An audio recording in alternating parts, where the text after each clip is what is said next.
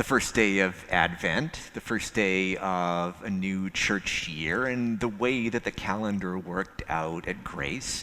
This is also the day when we name that we are the stewards of this community that we call Grace Memorial, and in particular, that we name that we are the financial stewards of this place.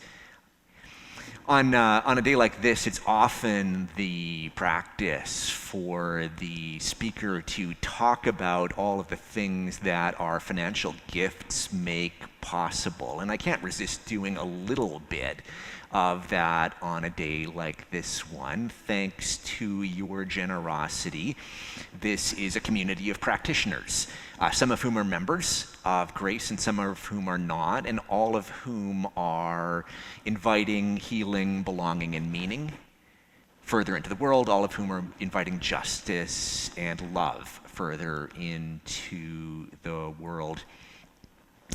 Grace is the host of the Free Lunch Collective. That's a new project that got started during pandemic. A group of young people who are delivering food and toiletries and other necessities to our neighbors who are sleeping out of doors. If Jesus is telling the truth when he says, I was hungry and you fed me, then the Free Lunch Collective is a profound expression of the gospel. Thanks to your generosity over these last couple of years, we were able to defer rent for our sister organization, Grace Institute, thus keeping art camps vital and vibrant. We were able to, in fact, actually forgive rent for Grace Institute. We were able to defer rent for FAME, our partner organization, as well. Both FAME and Grace Institute are emerging in excellent health from pandemic. Other new ministries have gotten started during this time. You may have noticed that there's now a little free pantry on our sign out on Weidler Street. This is a resource for anyone who wants to come by and get food. And I'm proud that during pandemic, Grace never laid anybody off or never reduced any staff hours. That really feels like an important expression of justice and loyalty to the folks who work here. It's a lot of things that you have made possible. Thank you for that. What I want to spend most of my time talking about, however, this morning is not what our financial stewardship makes possible in this place or in the broader community, but rather what our financial stewardship might make possible within our hearts, how it might change us, how this might be a spiritual practice. So today we hear from Paul. Paul is writing a letter to the young church in Thessalonica. And I know a lot of people struggle with Paul and think Paul is a bit of a poopy pants. But today, Paul is just full of delight. He talks about abounding love. And he has this amazing line, how can I thank God enough for the joy that I feel because of you? Wow, this is really a love letter he's writing, isn't it, to the young church in Thessalonica. And reading Paul, I'm remembering another letter that was written a long time after Paul, but for our perspective, a long time ago. It was written in 1522 by Thomas More.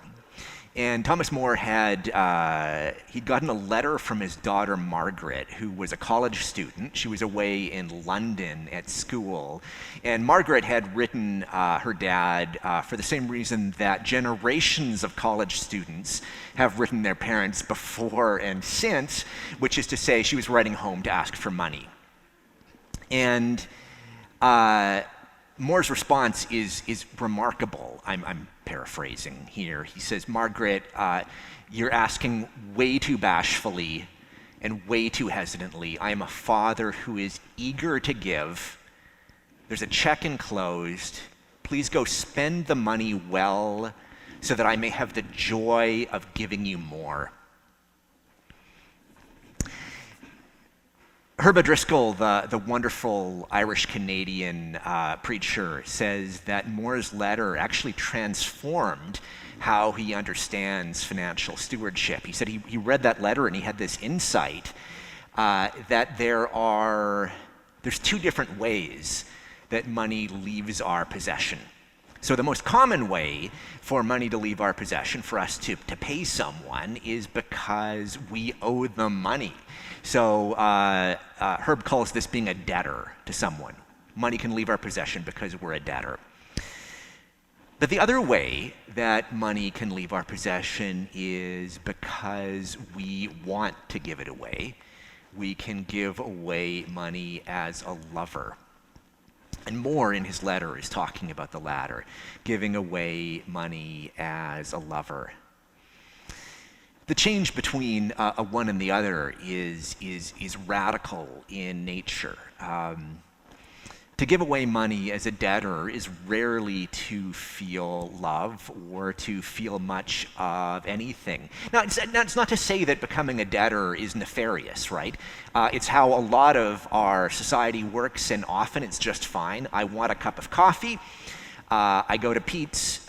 Pete's gives me a cup of coffee. I become a debtor to Pete's for $3, or if it's a fancier coffee, perhaps much more than that. I want my home to be warm, so I become a debtor to the utility company. I want to go to a concert, so I become a debtor to Beyonce. And that's fine. In many cases, I enjoy those experiences, the things that I've purchased, or I need them. Right? So there's nothing wrong with that. But very rarely do I feel, and I suspect you're the same, feel any joy in transferring the money for these things that I want or need. And in some cases, actually, we feel regret, don't we? We have this expression called buyer's remorse. Like, oh, I'm actually sort of sad I bought those shoes and now I have to hand over money for it. So I think when we hand over money as a debtor, it's either kind of a neutral experience or a negative experience. To hand over money as a lover is very different, isn't it?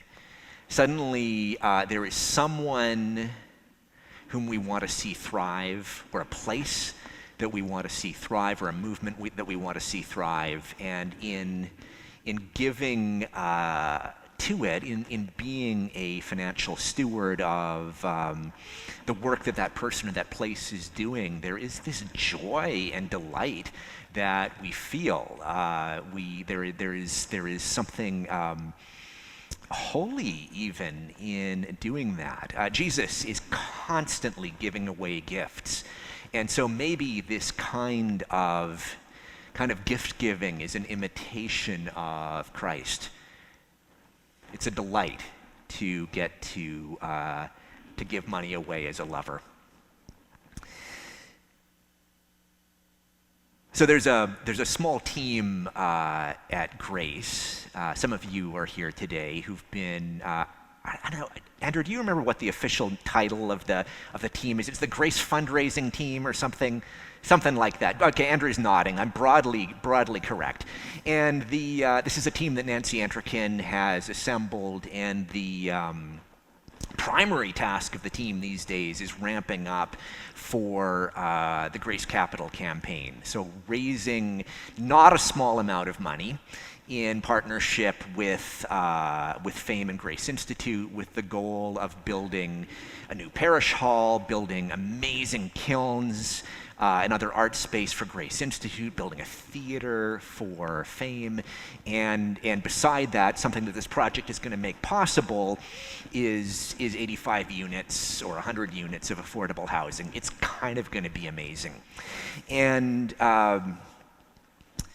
Nancy recruited our group and got us all together on an evening a couple of weeks ago to have a workshop by Louise Tippins, who many of you know. Louise was the senior warden for a while, not so long ago. And Louise posed this question to our group. She said, when something like a project like this comes up, how do you feel when it's your job to ask people for money? And we said, I don't know, I feel embarrassed, or I feel awkward, or I feel goofy, or I feel like I'm sort of a dodgy salesman trying to make someone buy a car they don't really want or need. So we had this kind of reluctance or sense that we were doing something less than awesome. And Louise, like a good facilitator, wrote down our answers on a flip chart. And then she said, so when a project like this project comes up, like the new campus comes up, how do you feel when someone asks you for money? And suddenly we said, I feel excited, or I feel delighted, or I feel flattered, or I feel pleased that I have got the opportunity to participate in something like this. I feel like I'm doing something really, really good, and it's a source of energy to me. And this was, I think, for a lot of us in that room, was really liberating to realize that we're telling quite a different story when we're asking than when we're being asked. And I think that it freed up a lot of us on the fundraising team to ask with confidence. I've been reflecting on Louise's presentation, and I've started to wonder if the reason that we tell such a different story often when we ask than when we are asked is because when we ask, we're making a category error, which is that we think we're going to people and asking them to be debtors, but we're actually going to people and asking them to be lovers. And that is totally different to go to say, would you love this place with me? Would you love this project with me? I've shared with you before that for our family, the tithe has become one of our most rewarding spiritual practices. It's been my practice to give 10% of my salary to the ministry of Grace Memorial, and I've come to just treasure doing that. And there's probably a variety of reasons why that is the case. We could have a whole sermon series on why that's a rewarding practice. But I think one of the big reasons is that the tithe is this disciplined way, this ritualized way for our families to say we are lovers of this place called Grace Memorial. It's this way to say we love God, we love God's work as it's made manifest in this place. We love these people. Liz was talking, so the story of the last 2 years has been fooling around with technology, and technology not always behaving itself. Like that's just been the last 2 years. And we were at the aid. It was not the internet we were fooling around with, but rather the assistive listening system. We were trying to get that working, and it was misbehaving. And but the we community at the aid, everybody was helping each other I'm sorry, you're behind a bush, so I just had to move to see you there for a sec. Everyone was helping each other to figure the system out, and helping each other in so many other ways. And Liz remarked about just the beauty of that like, oh my God, that's what church is supposed to be. This love found within community. And how does that old song go, that Louis Armstrong song go? There's friends shaking hands, saying, how do you do? They're really saying, I love you. And this is what happens in community. This is what happens at its best at church, in these little acts of helping out with an assistive listening system or whatever, or raking the leaves, or figuring out why the light doesn't work outside. These are all acts of love. How can I thank God enough for the joy I feel because of you. Thank you for sharing with me in the stewardship of this place we call Grace Memorial. Thank you for joining me in being Grace's lovers.